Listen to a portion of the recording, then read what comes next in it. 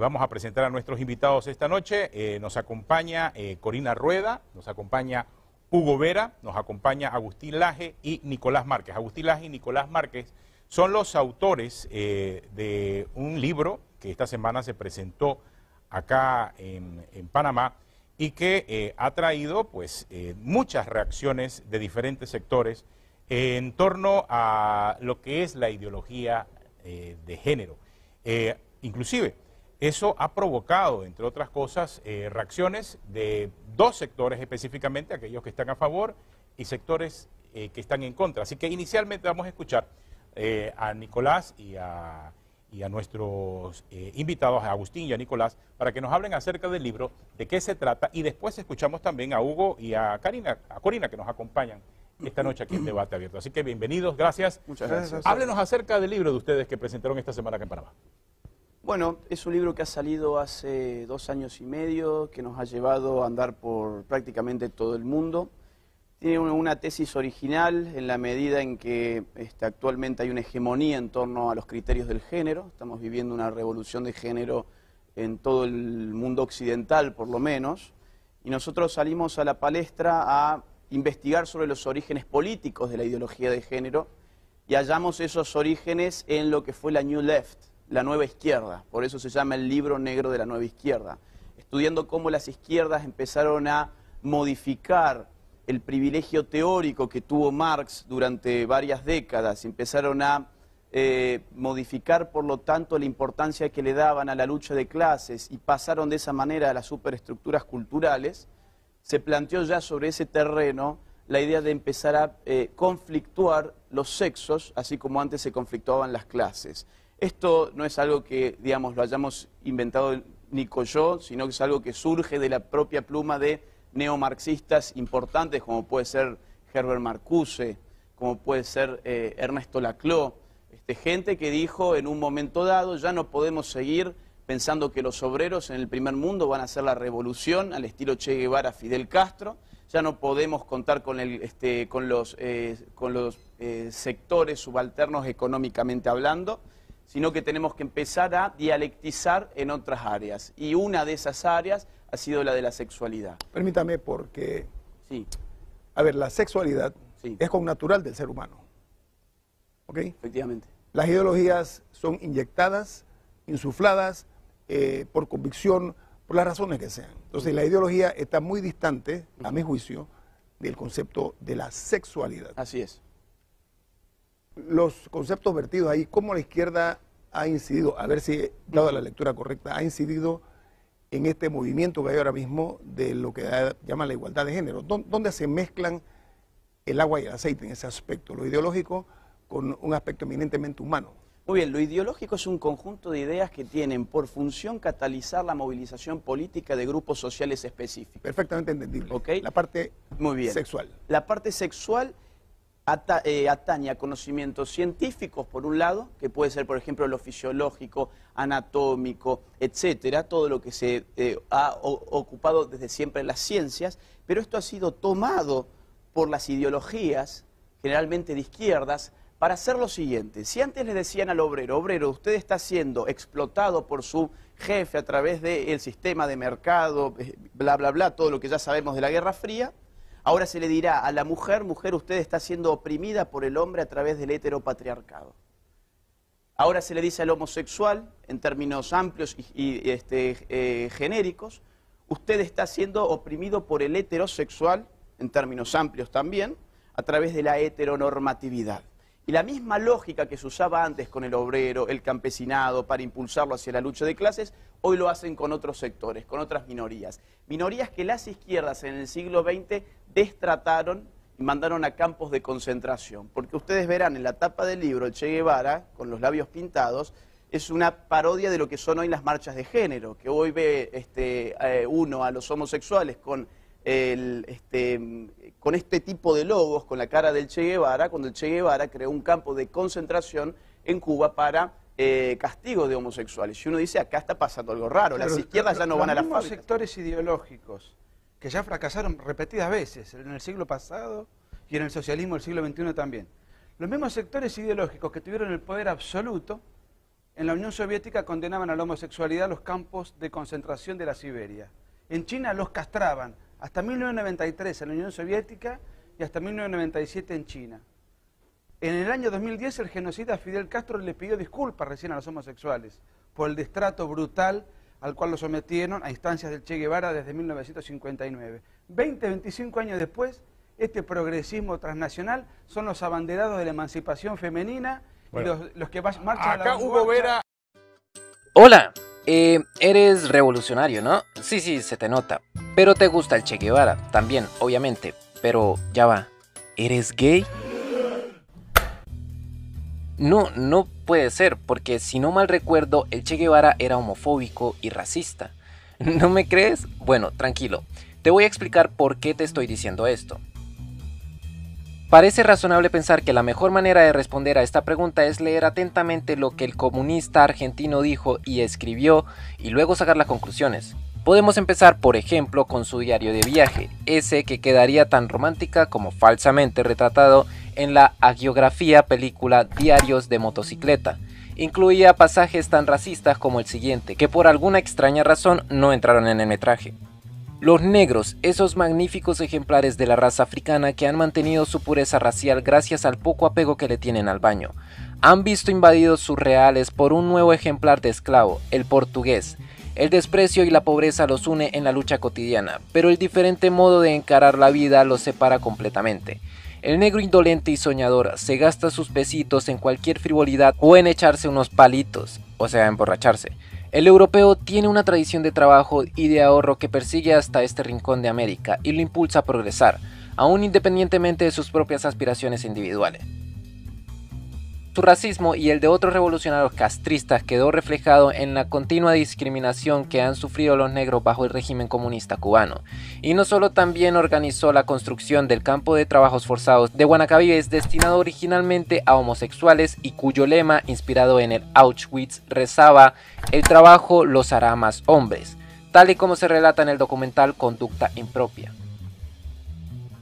El grado de fanatismo del Che se reflejaba en su vida personal. En uno de los párrafos de la carta de julio de 1959 a su madre escribió: "Soy el mismo solitario que era, buscando mi camino sin ayuda personal, pero tengo el sentido del deber histórico. No tengo casa, ni mujer, ni hijos, ni padres, ni hermanos. Mis amigos son mis amigos mientras piensen políticamente como yo". Ernesto Guevara de la Serna es, para muchos, un ídolo. Para otros, solamente el esqueleto de un falso mito que ha tejido el cruzar de la historia. Las anécdotas sobre un joven idealista, luchador infatigable a favor de los necesitados, de un Robin Hood latinoamericano, han sido desmentidas por varios historiadores. Es Ñico, el Flaco López, quien lo recluta y lo presenta al grupo de cubanos exiliados que militaban en el movimiento 26 de julio en Guatemala. De esta forma, Guevara inicia una faceta de revolucionario y posteriormente viaja junto al grupo de cubanos a México. Yo conocí a Guevara a mediados del año 56 en México. Ahí una cafetería, un bar que había ahí por el Zócalo, pegado ahí al Zócalo, que ahí concurría mucho revolucionarios, ¿no?, de distintas tendencias, ¿no? Lázaro Guerra militó en los movimientos revolucionarios cubanos. Marchó a México en calidad de exiliado y fue uno de los sobrevivientes de la expedición del Corintia. A mí el que me lo presenta es Ñico López. Pero al otro día que Ñico López viene, me dice: "Oye, lo que te presenté, fulano, eso no sirve, ¿verdad? No te creas que vaya cualquier cosa, eso no sirve. Él no es como tú y como nosotros y como yo. Este tipo es un tipo maquiavélico, ¿sabes? Y él es que le lleva y trae a Fidel todo el trajín de nosotros. Es un tipo repugnante, ¿no? Que Fidel llegaba y él decía, iba corriendo para donde estaba Castro, ¿no? Y Castro, fíjate, le gustaba y le gusta que lo adulen, ¿no? Esa es la persona de él. Orlando de Cárdenas, periodista, fue amigo de Fidel Castro, vivía en México y fue uno de los principales colaboradores del movimiento 26 de julio en tierras aztecas. A él al principio se le dijo doctor Guevara o Ernesto Guevara, pero cuando vimos que él se hacía burla de nuestra manera de hablar, entonces en represalia ya no le dijimos nunca más Guevara ni Ernesto, le decíamos el Che. Para todo el Che y el Che y el Che, y se le quedó lo del Che, que hasta el mismo Fidel y Raúl le decían el Che. Ya, y se lo decíamos muchas veces con un poco de sorna, como para restregarle en la cara lo que él nos había hecho a nosotros. Nunca nos vio completamente como compañeros. Guevara nunca llegó a intimar totalmente con el grupo de jóvenes revolucionarios cubanos. Cuentan quienes compartieron con él el entrenamiento militar en tierras aztecas que su desprecio hacia los cubanos siempre se hacía sentir. Sentimiento que extendía a los negros y al pueblo mexicano, a quienes constantemente menospreciaba. Llegamos a México el 10 de diciembre de 1955 y Fidel me presentó y me dijo, muchachos, este es el coreano, él va a ser nuestro instructor militar. Miguel Sánchez, el coreano, combatió junto a las tropas estadounidenses en la Guerra de Corea. Fue reclutado por Fidel Castro como instructor militar de los cubanos que se entrenaban en México.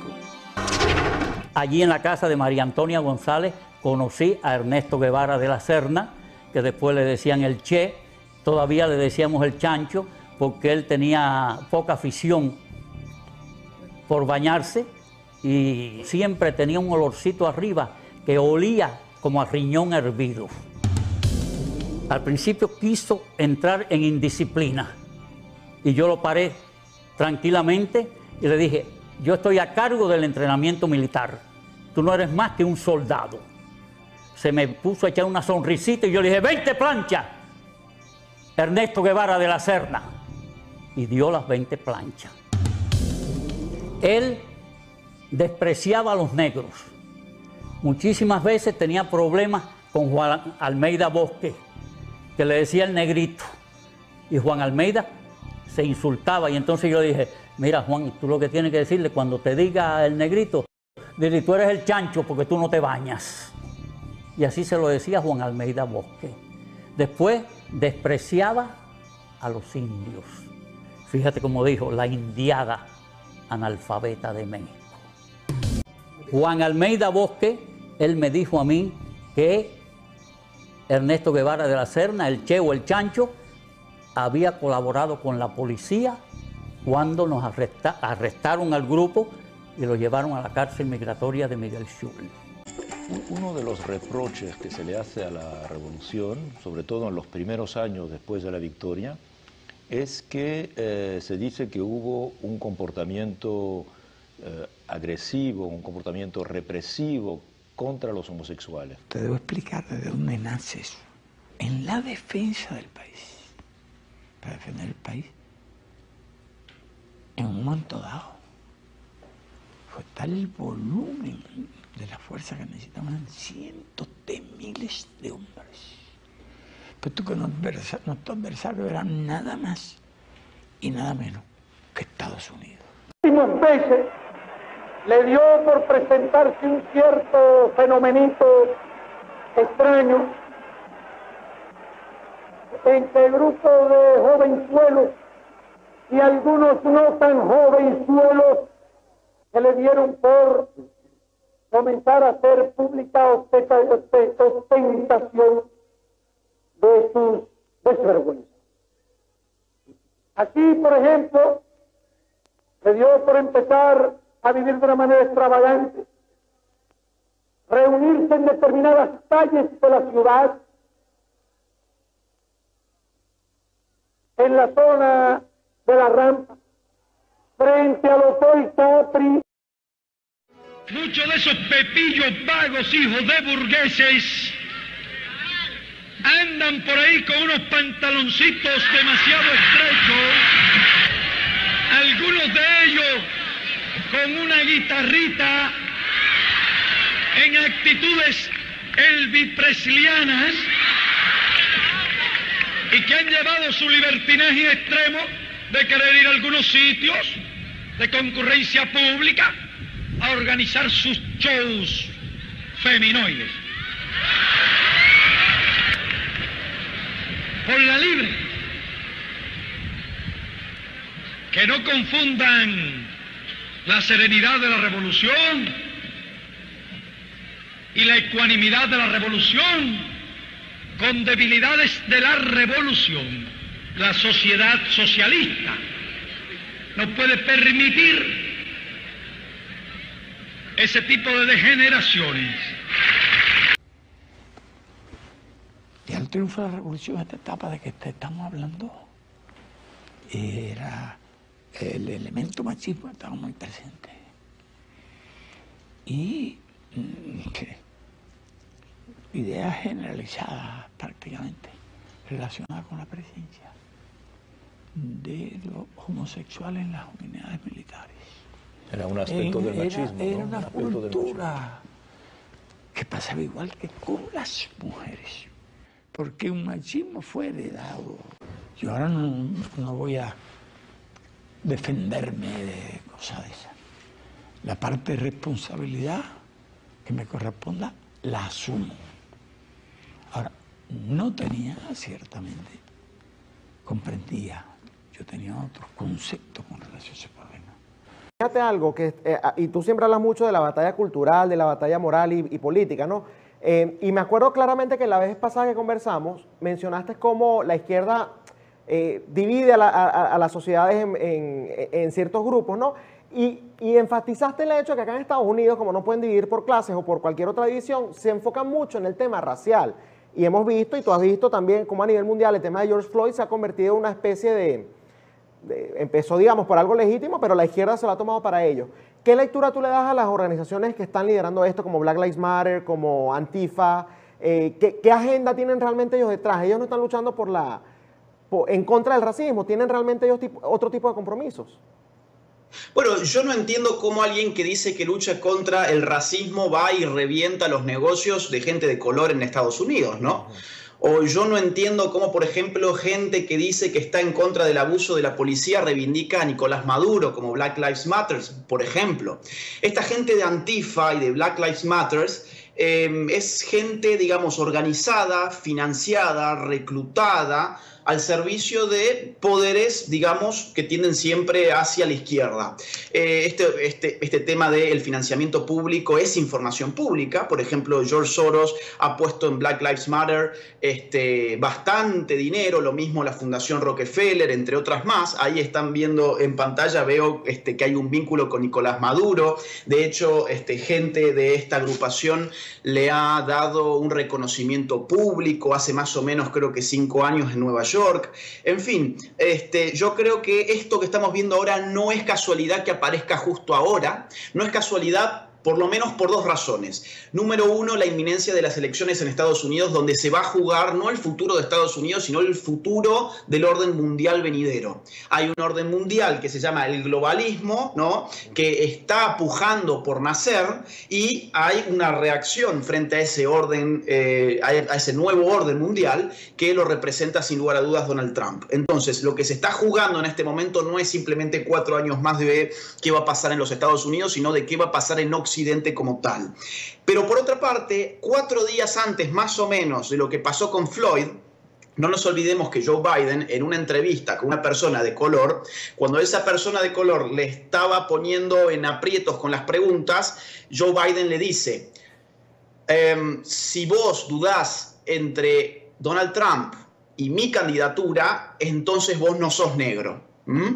Esto obviamente a la gente digamos, negra de los Estados Unidos no le caería demasiado bien, y sin embargo nadie más volvió a tocar ese tema. A los 4 días tuvimos el caso de Floyd y es lo único que se ha hablado hasta hoy. Y se ha generado, aparte, muchas falacias en torno de esto, muchos datos que no coinciden con la realidad. Yo no sé si hay tiempo como para repasar algunos datos, pero acá, digamos, hay por empezar una falacia lógica, una falacia que se ha instalado, que es, vos ves a un policía blanco que hace abuso de la fuerza policial contra una persona de color y ya directamente interpretás eso como racismo. En verdad, no hay ningún dato entre medio de esos dos hechos que a vos te lleven realmente a concluir que eso es racismo. Pero ya estás tan bombardeado por la prensa y por la publicidad progre que automáticamente pensás eso es racismo por más de que no me lo prueben. De hecho, el policía y Floyd fueron compañeros laborales durante 17 años, por ejemplo. De hecho, el policía que asesina a Floyd tiene a su esposa que no es, digamos, de raza aria, sino tengo entendido que es asiática. De hecho, otros dos agentes que estaban con este señor, digamos, con quien asesinó a Floyd, eran dos agentes también, digamos, uno hispano y otro asiático. En fin, digamos que se ha vendido esto con una publicidad enorme para destapar un conflicto social que tampoco se da cuantitativamente hablando, digamos, en términos de números. Podemos revisar, por ejemplo, insisto, no sé si hay algún minuto extra para... Sí, tenemos tiempo, tenemos dos tiempos. Adelante, por favor. Muy bien, a ver, mira, yo te voy a dar algunos datos que me parecen importantes para... Vamos a los números. Por acá podemos quedarnos con, digamos, el tema emotivo y, bueno, sí, todos obviamente vamos a repudiar a un policía que asesina a una persona en esas condiciones, lógicamente, pero de ahí a ver que hay un problema racial que se pone de manifiesto a partir de este hecho, a mí me parece que no coincide con los números. Vamos a ver. Crímenes violentos interraciales, año 2018 en los Estados Unidos. De negro a blanco, 547.948. Crímenes violentos interraciales, lo repito. De blanco a negro, 59.778. O sea, tenemos de negro a blanco 547.948, de blanco a negro 59.778. De negro a hispano 112.365, de hispano a negro 44.551. Muertes a manos de agentes de la policía, año 2016. Blancos muertos a manos de la policía, 238 casos. Negros muertos a manos de la policía en los Estados Unidos, 123. Latinos, 79. Claro, a mí me van a decir, bueno, pero ocurre que las personas de color son apenas el 12% de la población en Estados Unidos. Entonces acá, en términos relativos, sí hay una sobrerepresentación de negros asesinados por la policía si lo ponemos en términos porcentuales. Y yo diría, muy bien, eso es cierto. Pero, por otra parte, también es cierto que hay una sobrerepresentación de la criminalidad entre las comunidades negras, con lo cual es entendible que la policía reprima más los delitos que cometen, digamos, gente de color, porque hay más gente de color que en proporción comete delitos en comparación con la gente blanca. Y esto no es un problema racial. Yo no digo que esto no se vaya, digamos, a interpretar de esta forma. Yo no digo que el negro por una cuestión racial tenga inclinación a cometer un delito, o que el blanco por una cuestión racial tenga una inclinación a no cometer delitos. No, obviamente hay un contexto económico, sociológico, mucho más amplio que habría que analizar. Pero, por ejemplo, robos de negros a blancos, hay 12 veces más frecuencia que de blancos a negros. Por ejemplo, el 70% de los crímenes que en Estados Unidos se vinculan al narcotráfico lo cometen gente de raza negra. O vamos a ver, por ejemplo, los homicidios. Un estudio que va del año 1980 al año 2008 encuentra que el 52,5% de los homicidios lo cometieron los negros, a pesar de ser el 12% de la población en los Estados Unidos. Con lo cual, ¿qué estamos viendo con todo esto? Que lógicamente va a haber más represión policial en términos relativos contra personas de color, porque en términos relativos hay más proporción de crímenes en personas de color. Entonces, esto es muy complejo como para irse por la vía fácil, que es decir, acá hay racismo. No, claro. Acá hay una situación evidente de violencia, de sobrerepresentación de la criminalidad en las comunidades negras que tienen que ver con un montón de cosas. Las drogas, la disolución de la familia, la marginación económica, el tipo de penurias que se pasan, y esto esto todo es cierto, pero no podemos reducir la única variable que sería el racismo, ¿eh? De hecho, muchos negros, como por ejemplo Thomas Sowell, ya se han levantado contra todo este discursito, digamos, de la víctima, porque termina siendo funcional a los principales responsables de que estas comunidades vivan de esta forma, que son los demócratas, a los cuales, digamos, los cuales tienen con voto cautivo a las comunidades negras en los Estados Unidos y al final del día no las han ayudado en absolutamente nada. Miembros del movimiento Black Lives Matter enarbolaron una bandera con la imagen del Che Guevara durante una manifestación este fin de semana aquí en Miami. El exilio reaccionó con indignación a la presencia de esta imagen del responsable de innumerables fusilamientos arbitrarios en la prisión de La Cabaña en los primeros años de la dictadura castrista. La bandera apareció en uno de los puentes de Brickell durante una jornada que comenzó de forma pacífica y culminó con gases lacrimógenos lanzados por la policía para dispersar a los manifestantes.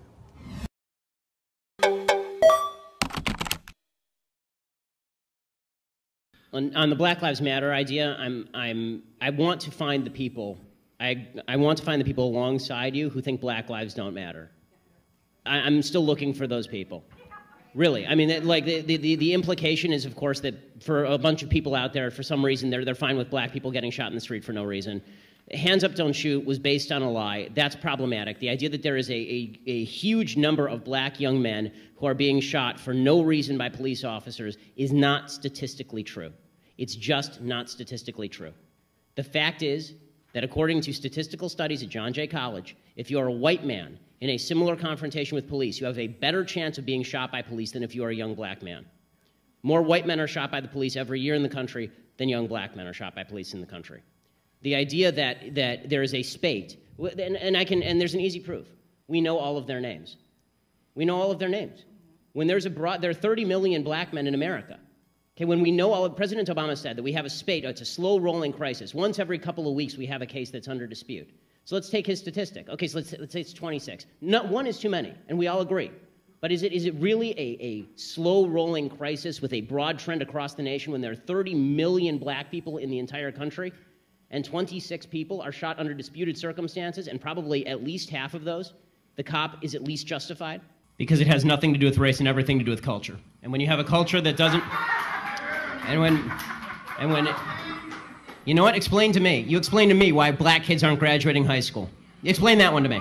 Explain to me why black kids are shooting each other in rates significantly higher than whites are shooting each other. Explain to me why 13% of the population is responsible for 50% of the murder. Explain to me why the number of black kids in prison, not for innocent reasons, not for walking down the street and getting pulled into a prison, is so high. Explain, if it has nothing to do with culture, explain to me why the single motherhood rate in the black community jumped from 20% to 70% in the same course of time that the civil rights movement has made such tremendous strides. Is America more racist now than it was in 1960? And if it is, please explain to me how that happened.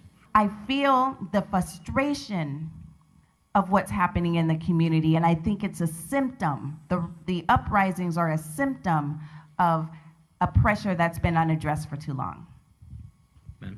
I'm offended by the language of uprising applied to people who are breaking into other black people's stores and looting them. This is a lack of values. And people who are destroying private property, destroying cop cars, in an uprising against what exactly? Against the black police chief, against a mostly minority police force, against the black mayor, against the black president, against the black attorney general, against against a city council that is 9 of 15 are black and all 15 are elected Democrats. What is the uprising against? What is it seeking to achieve?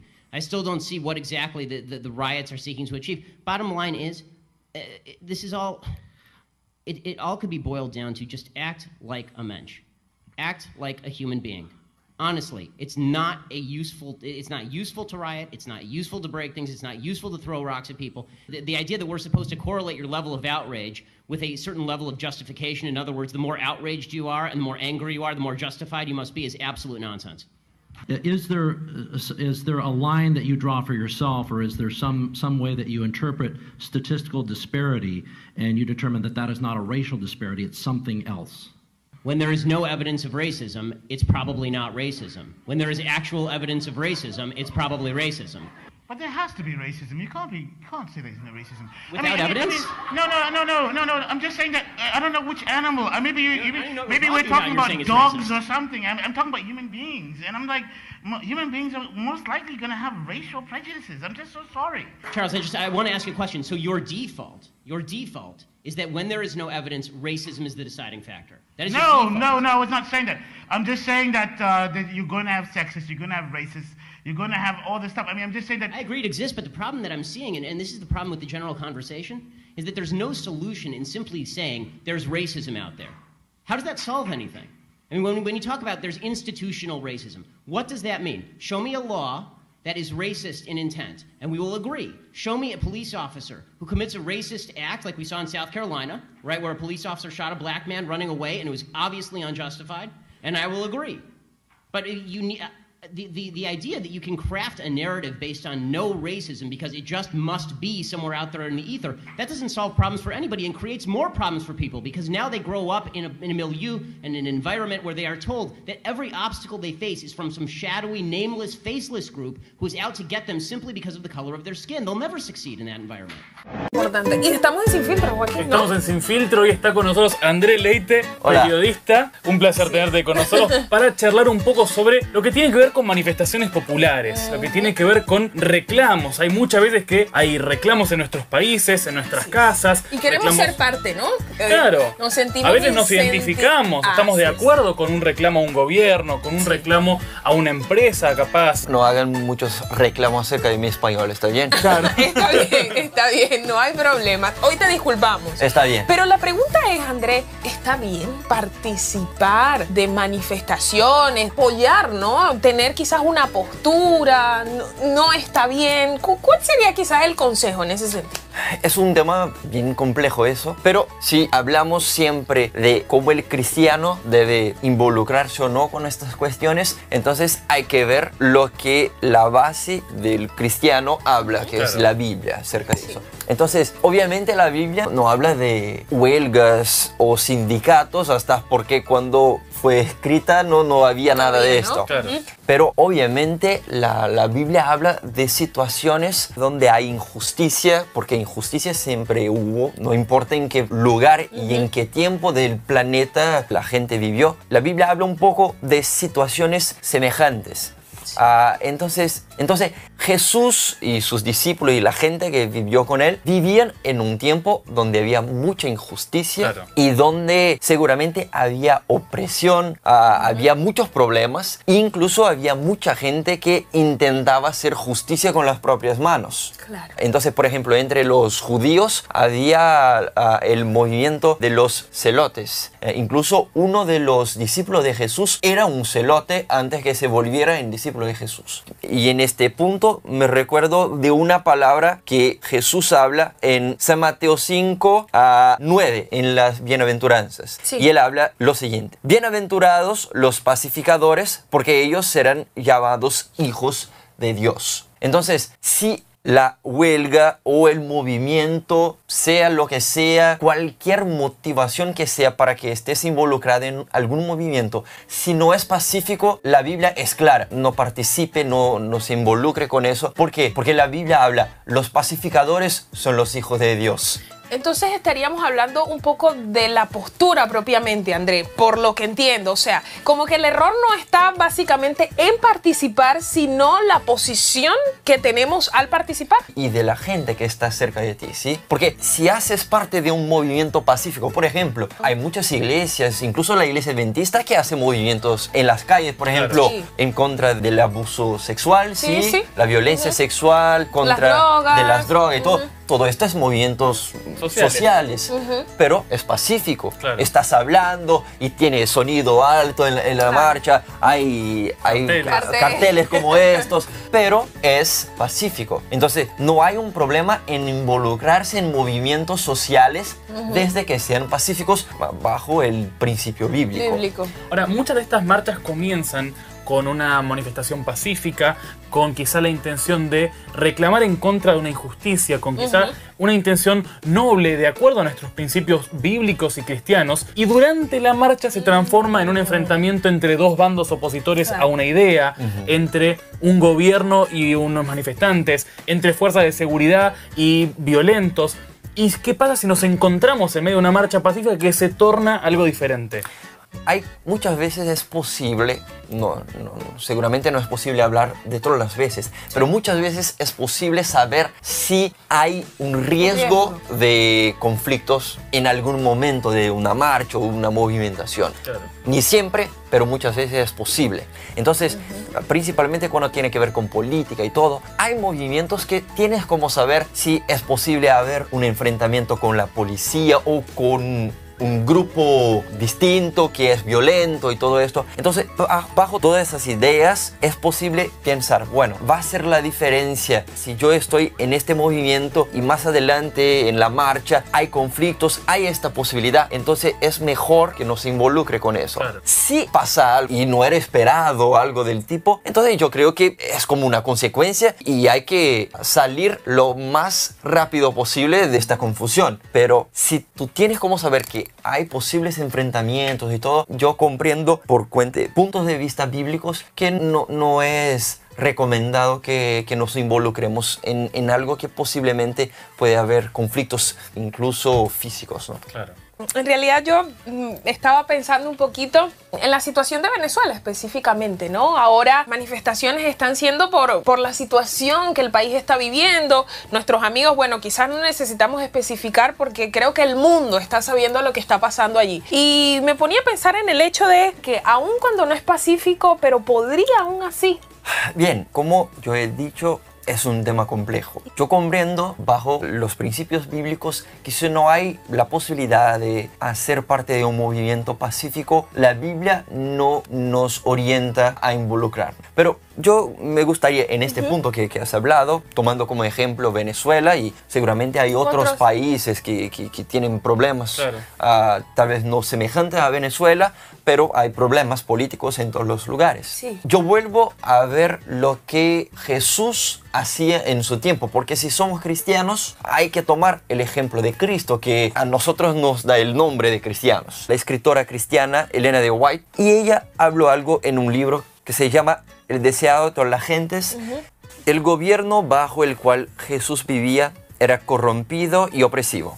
Por todos los lados había abusos clamorosos, extorsión, intolerancia y crueldad insultante.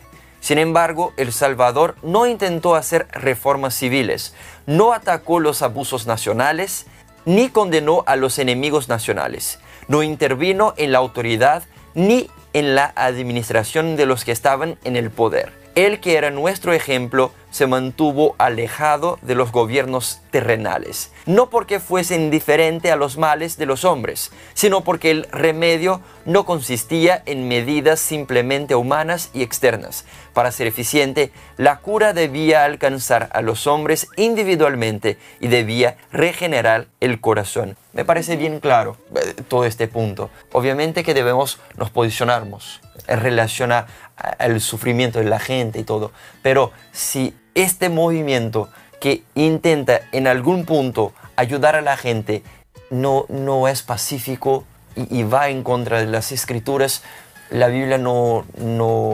recomienda que nos involucremos. Muchísimas gracias, Leite. Nosotros, como cristianos, entonces sabemos que no podemos ser cómplices de las injusticias, pero tenemos una forma clara de actuar que está en la Biblia, que está en el ejemplo que nos dio Jesús, que está en los escritos de Elena de White. Así que con esta información en mente, nosotros por hoy nos tenemos que ir.